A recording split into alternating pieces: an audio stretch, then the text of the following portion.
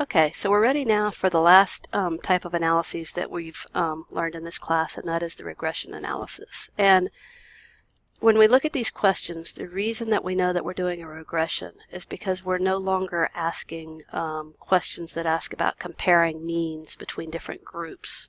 If we look at question 9, for example, it's asking if the amount of time spent watching TV, which we know is given in hours, right? So it's a continuous variable, if that predicts BMI. Both of those, of course, measured at wave 1.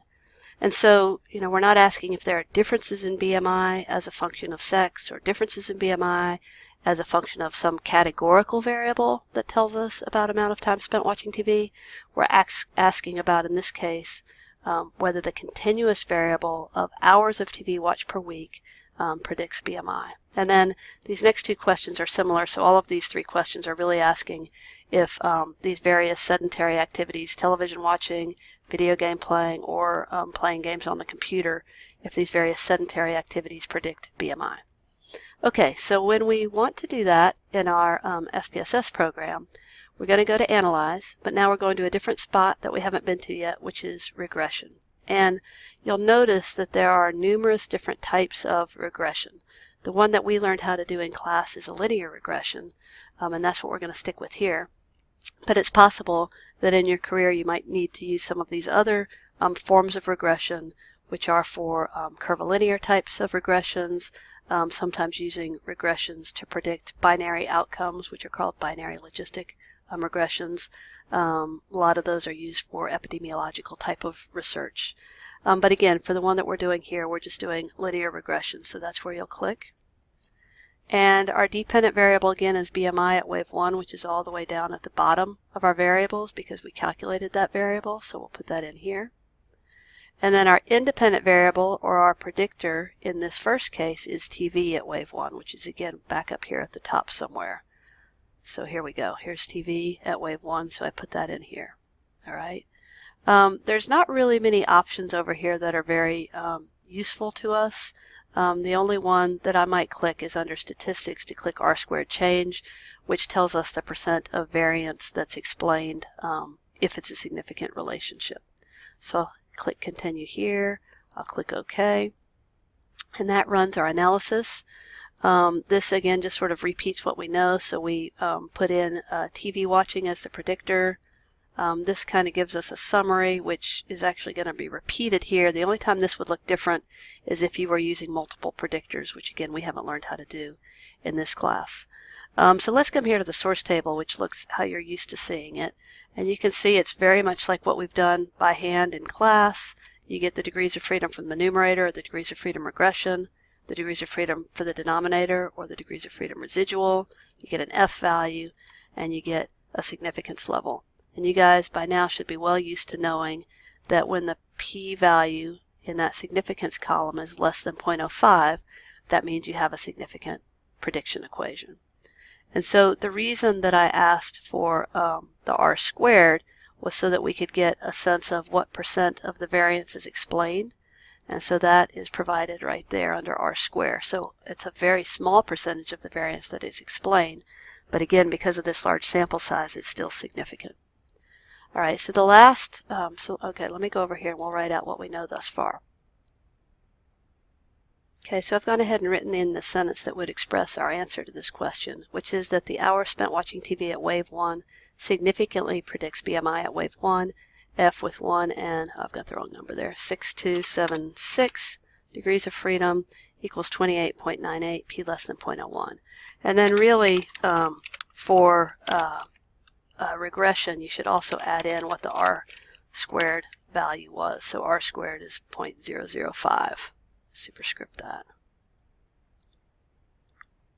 Okay, so since it was a significant prediction equation, then the next thing we need to do is we need to write out what the nature of that equation was. So we're going to come down to the bottom. Did I just delete that? Hang on. Yeah, I did.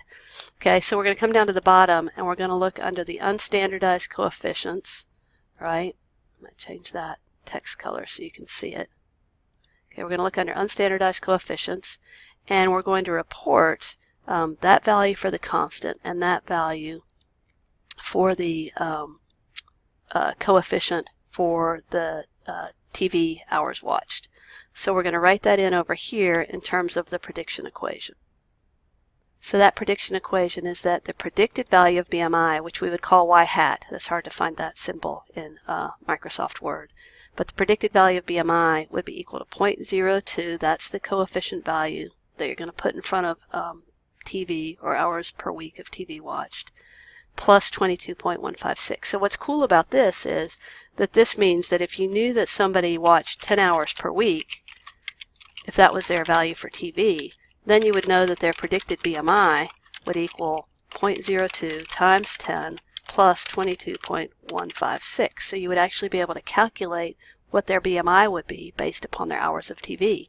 And then you could say if you increase the hours of TV that you watched by 5 hours per week or by 10 hours per week, then you could know what your new predicted BMI would be. So you've probably seen this in the literature before where they say, that the results suggest that an increase in television watching of X hours per week is associated with an increase in BMI of whatever. All right, so super fun stuff. Okay, so let's do the same thing with this next one, which is asking if the amount of time spent watching video games predicts BMI. Okay, so again, we come to Analyze, Regression, Linear, that's the type of regression we're doing. We've got BMI in there. We just need to replace TV with video. So we shoot that back, and then videos is right under it. Shoot that over. Again, there's nothing much good here except R squared change is good to get, but that stuck in there from the last time. We hit paste. We go to our syntax window. We highlight our regression. We hit run. And again, we look down here. Here's our R squared, 0.001, so it's very small. We look at the significance, it's 0.06, so it's greater than 0.05. So when we highlight these things, we would choose a kind of reddish background because it's not significant. And because it's not significant, we will not provide a prediction equation. Okay, so when we write out our conclusion, we're just going to say that it was non-significant, and we're going to write that out.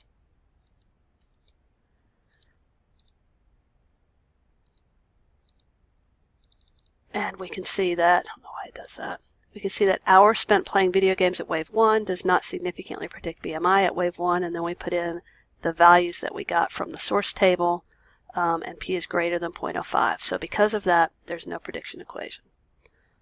All right, you have successfully completed the in-class portion of assignment number 3. I know it's long. Here's an extra regression one if you want to do that for practice and double check your answer against what I get. Once you've done all this and feel comfortable with it, then move on to the actual computer assignment number 3 where you do this work on your own. All right, thanks so much. I guess this is the last final thing for the semester. Hope you've had a great one. All right, that's it. Bye.